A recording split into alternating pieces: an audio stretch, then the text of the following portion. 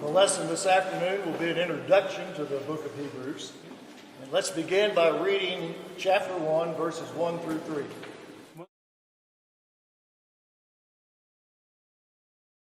A man visited his doctor to have his hearing checked. The doctor removed the man's hearing aid, and all of a sudden he could hear perfectly.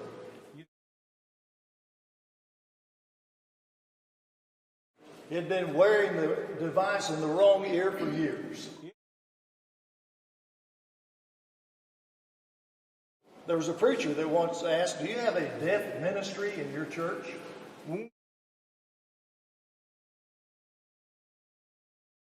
he said, "I think there's a time when the whole church needs a deaf ministry. They just don't seem to hear me." There's a difference between listening and really hearing.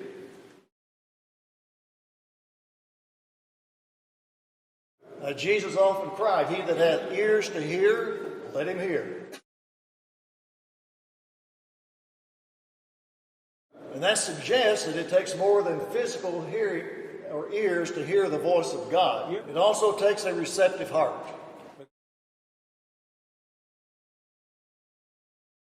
Many times people avoid studying the book of Hebrews. Some avoid it because they're afraid of it. There are some warnings in the book of Hebrews that make it uneasy. Some people avoid the book of Hebrews because they think it's too difficult, too hard to understand. But the general message is clear. And there's no reason that we can't understand it and profit from it. There are 5 characteristics of the book of Hebrews. It is a book of evaluation.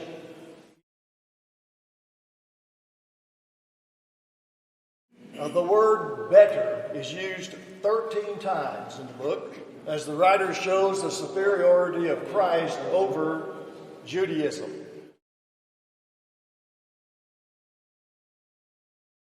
Jesus is better than the angels. Christ brought a better hope because he's the mediator of a better covenant. And that covenant is established on better promises. Another word that's repeated in the book of Hebrews is the word perfect. It occurs 14 times in the Greek language. It means a perfect standing before God. Now, this perfection could never be attained by or through the Levitical priesthood, or by the law, or by animal sacrifices. Christ gave himself as an offering for sin, and by this he has perfected them forever who are sanctified.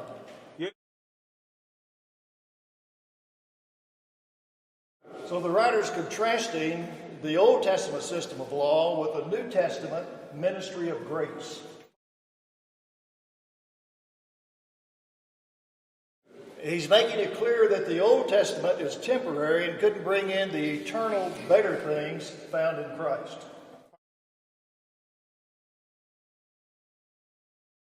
Eternal is the third word that is emphasized in the book of Hebrews.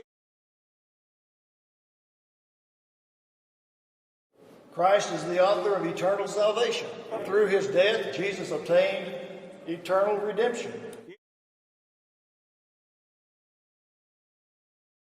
He shares with believers the promise of eternal inheritance. His throne is forever. He's a priest forever. So when we combine these 3 words, we discover that Christ and the Christian life he gives are better because these blessings are eternal and they give us a perfect standing before God. Now, the Old Testament couldn't do this.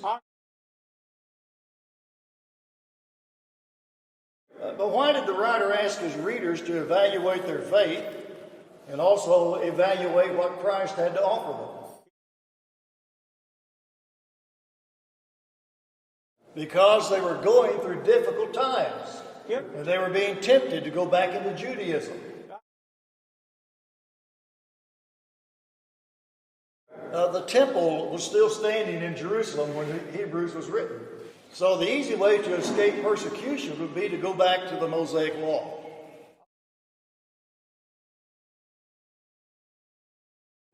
They were second generation Christians. They had suffered persecution, as we see in chapter 10.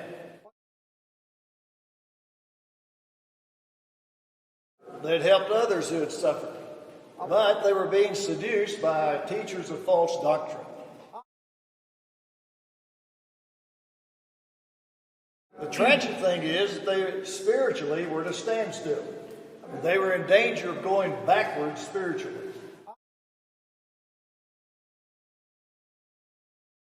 Some of them had even forsaken going to the worship assemblies, as we see in chapter 10, verse 25. So he admonishes them not to forsake the assembling of themselves together. They were in danger of going backward, not making spiritual progress.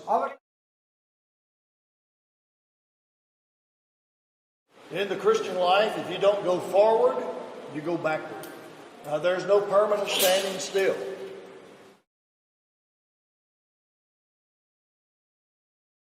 So the question they were asking is, how can you go back to your former religion?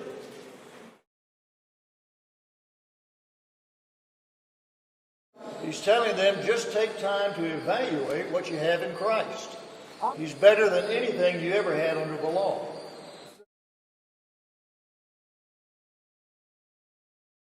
The book of Hebrews exalts the person and work of Jesus Christ, the Son of God.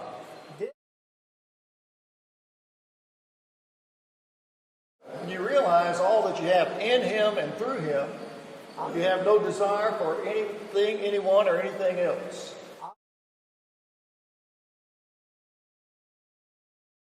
So number one, the book of Hebrews is a book of evaluation.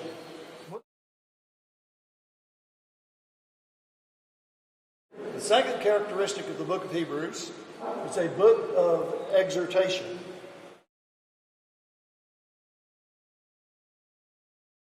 The Greek word that's translated exhortation literally means encouragement.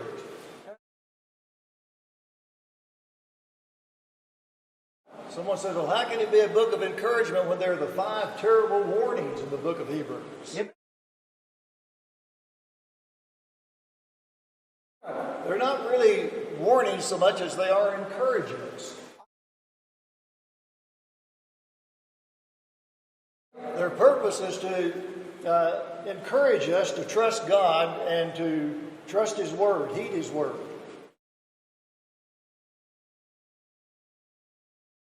The book of Hebrews opens with a very important declaration. God has spoken by His Son.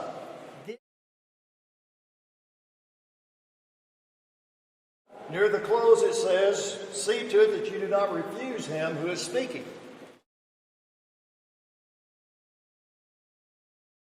In other words, the theme of the book of Hebrews seems to be this. God has spoken. We have His Word. What are we doing about it? Now, each of these 5 problem passages that have warnings encourages us to heed the Word of God. They do this by pointing out the sad spiritual consequences that will result if we don't heed the Word of God. The 5 all hang together and they present one message. Heed God's Word.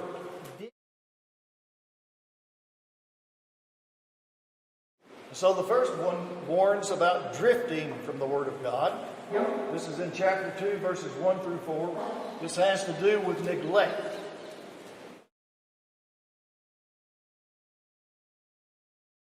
The second warning is doubting the Word of God. Chapter 3, verse 7 through 4:13. This has to do with a hard heart.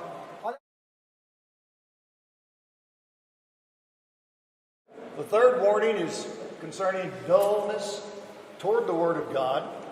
chapter 5, verse 11. And this has to do with sluggishness. The fourth warning has to do with despising the Word of God. Chapter 10, verses 26 through 39. This has to do with willfulness or self-will. And finally, it results in denying the Word of God. Chapter 12, verses 14 through 29. And it has to do with refusing to hear the Word of God.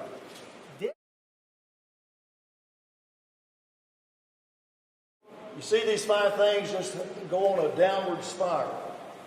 So what does God do while this spiritual regression is going on?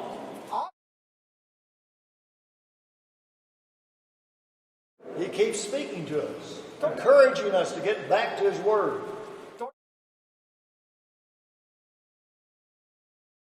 If we fail to listen, He begins to chasten us. That's the theme of chapter 12. And so the purpose of these 5 exhortations is to get the reader to pay close attention to the Word of God. The third characteristic of the book of Hebrews, it's a book of examination.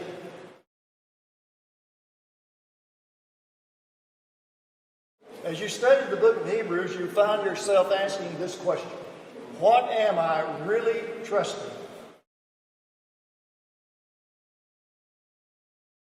Am I trusting the Word of God? Or am I trusting the things of this world that are shaking and ready to fall away?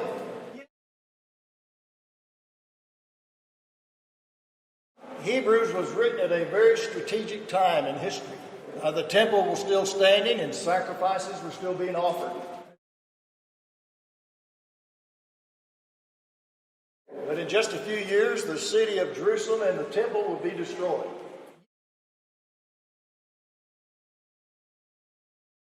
God would be shaking the order of things. They needed to have their feet firmly planted on Christ.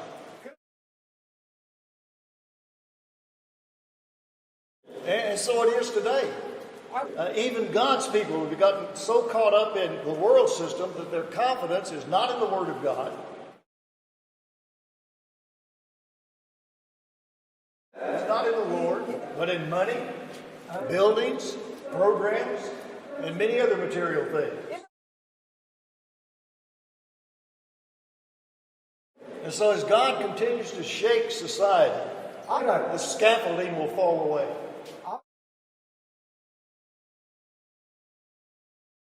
And God's people will discover that their confidence must be in the Word of God. God wants our hearts to be established with grace. Chapter 13, verse 9.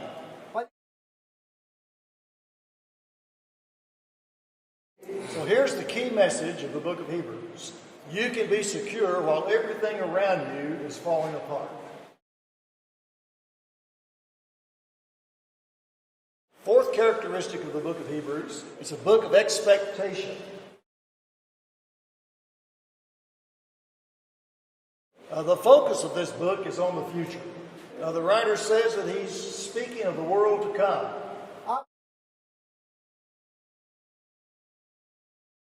Christ is the heir of all things. We share the promise of eternal inheritance. Like the patriarchs of old, we look for a city whose builder and maker is God. Like the great people of faith in the Bible, we should be strangers and pilgrims on this earth. This world is not our home. Where is our citizenship? So he wants us to turn loose of the things of this world and stop depending on them.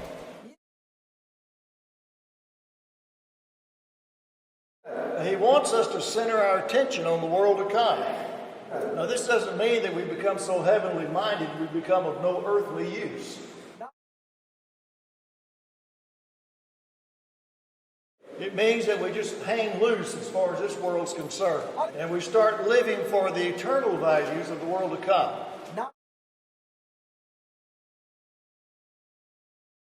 Fifth characteristic of the book of Hebrews. It's a book of exaltation. Hebrews exalts the work and the person of Christ. We read in the beginning the first 3 verses of the book, and these verses set this high and holy theme which is maintained throughout the entire book. Their immediate purpose is to prove that Christ is superior to the prophets. These were men who were held in high esteem by the Jewish people. So in his person, Christ is superior to the prophets. He is the very Son of God. Verse 3 makes it clear that Jesus Christ is God. Notice the word brightness. He's the brightness of his glory. Verse 3.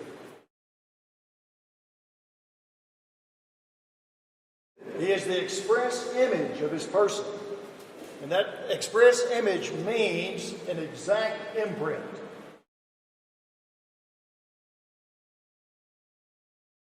Paul wrote in Colossians 2:9, Jesus said in John 14:9,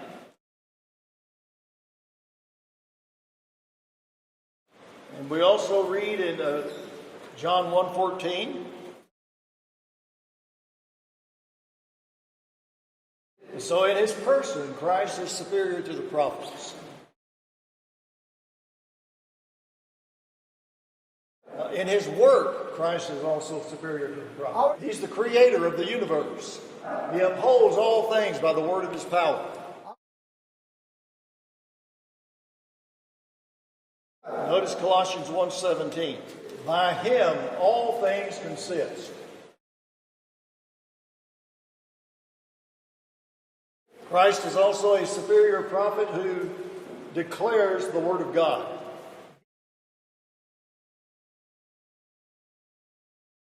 The prophets was only a fragmentary and incomplete message.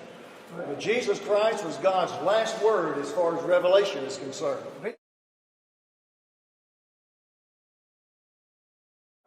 But Jesus also has a ministry as priest, and this again reveals his greatness. By himself, he purged our sins. This is all fully explained in chapters 7 through 10.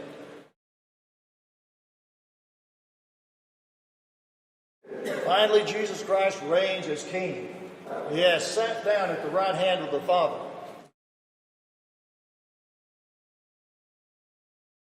This proves that he is equal with the Father.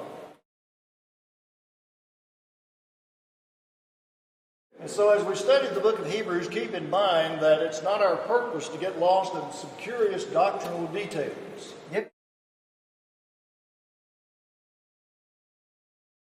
Brother Hughes addressed this in our video lessons today on hermeneutics. Nor is our purpose to attack or defend some pet doctrine.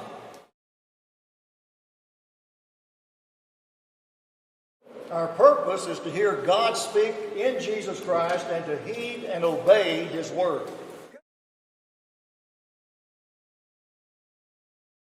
We need to have the attitude of those Greeks in John 12:21. They said to Philip, "Sir, we would see Jesus." And that's what we want to see in the book of Hebrews. Angels were very important in the Jewish religion. Who believed in angels among the Jews? Who believed in the resurrection among the Jews?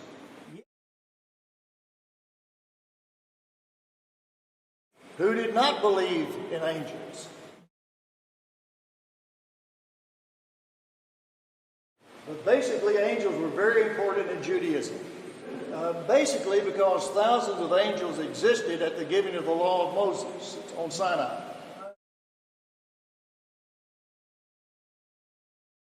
We see this in Deuteronomy 33 verse 2. In the English King James Version says he came with 10,000s of his saints. It literally means holy ones or angels. The We read in Acts 7:38, also verse 53 there. They received the law by the disposition of angels, Galatians 3:19.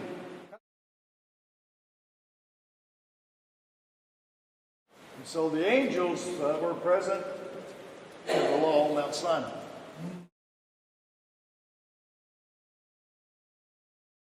And since the theme of Hebrews is the superiority of Christ to the law of Moses, the writer would have to deal with the very important subject of angels.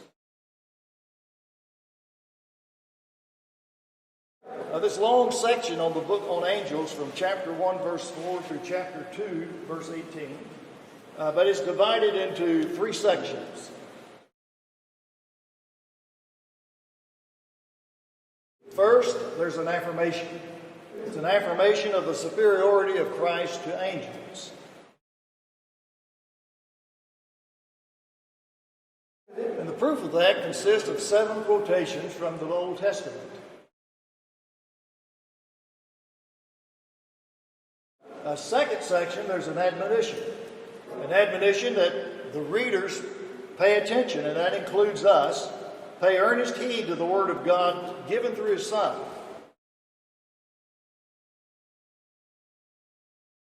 Third section, there's an explanation as to how Christ, or the human body, could still be superior to angels who were spirits.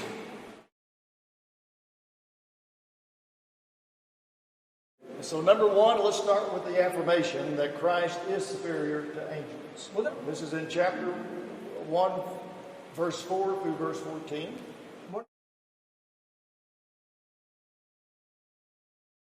And this section, as I mentioned, is comprised of 7 quotations from the Old Testament which prove that affirmation.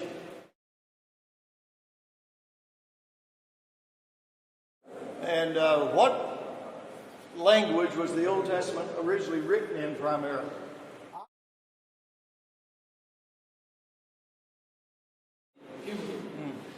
And then it was translated at a later time into Greek. Do you know the name of that Greek translation?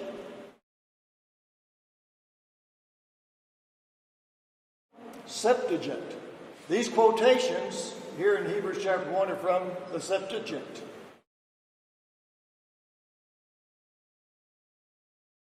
So I want to note the affirmations made about Christ and the quotations that are used to support them.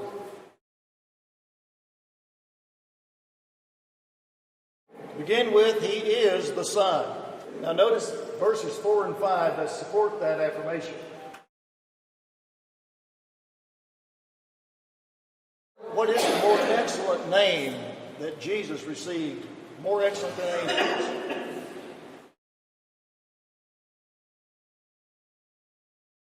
Son. The angels were the sons of God collectively, but not individually. That name belongs uniquely to our Lord Jesus Christ. He is the Son of God. He's superior to the angels because they were only sons of God as a group.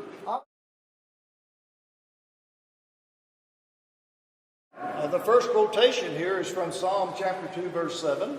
Today thou art my son, this day I have begotten thee. That's the quotation. Now the Apostle Paul pinpointed the exact time of this begetting. We find it in Acts chapter 13, verse 33.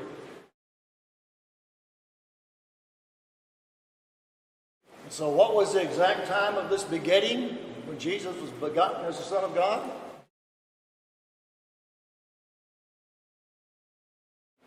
When He raised Him from the dead. The resurrection declares that Jesus is the Son of God. Notice Romans chapter 1, verse 4.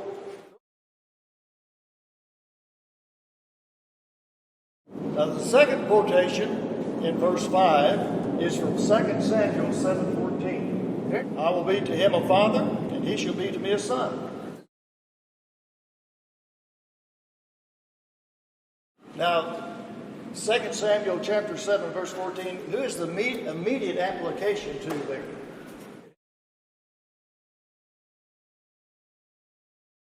If you had time to read the chapter, the immediate application is to David and his son Solomon. But the ultimate application, the brother back there is correct, is to Jesus.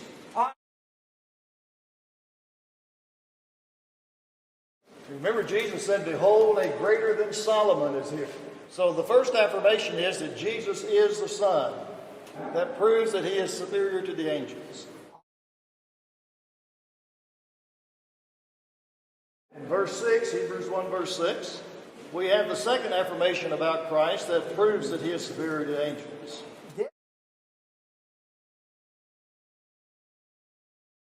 He is the firstborn who receives worship. Now we're going to go back to some of Brother Hughes' teaching about hermeneutics. The term firstborn does not always mean firstborn in the Bible.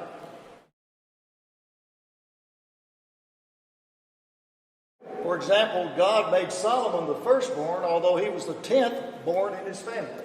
That's found in Psalms 89, verse 27.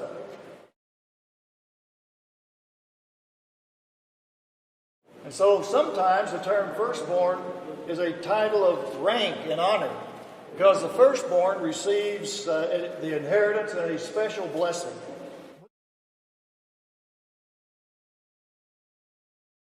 Jesus was the firstborn over all creation. He was the firstborn among the dead, and as such he receives worship.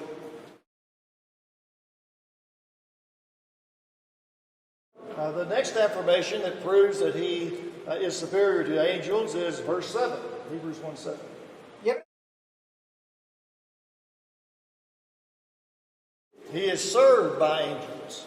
This quotation is from Psalm 104, verse 4.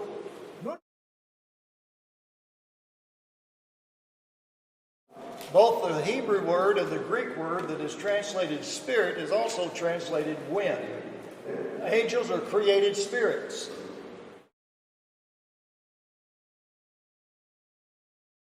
They have no bodies, but they can assume human form while ministering on the earth.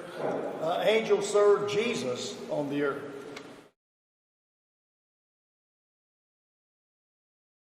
Also, Luke 22:43.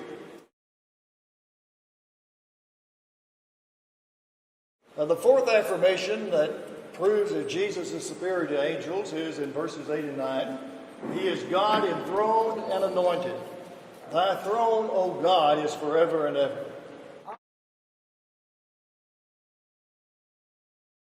The Jehovah's Witnesses had some peculiar ideas about this. And so to teach their doctrines, they made their own translation of the Bible. Their translation of verse 8, instead of saying, Thy throne, O God, is forever and ever, their translation says, Thy divine throne is forever and ever. But angels minister before the throne, they don't sit on it.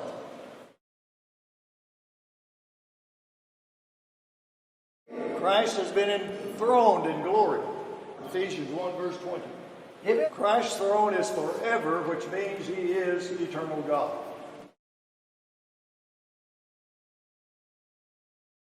The fifth affirmation that proves he's superior to the angels is that he is the eternal creator. Verses 10 through 12.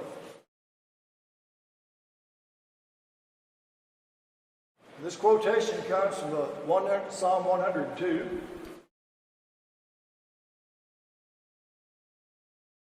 Angels did not found the earth because they're part of creation. But Christ is the creator. Everything changes except him. We read in Hebrews 13:8, Jesus Christ is the same yesterday, today, and forever. And the sixth affirmation that shows he is superior to angels is that he is the sovereign. Angels are the servants. Verses 13 and 14.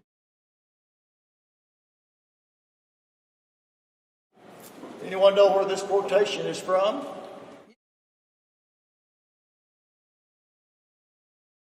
We know that Christ is at the right hand of the Father in heaven. It's a place of honor because it's mentioned many times in the New Testament. The angels are but ministering servants who serve the Lord who's seated on the throne.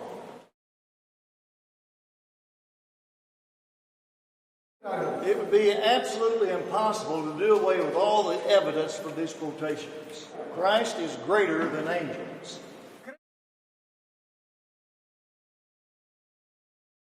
That means that he's greater than the law that the angels helped to deliver to Israel.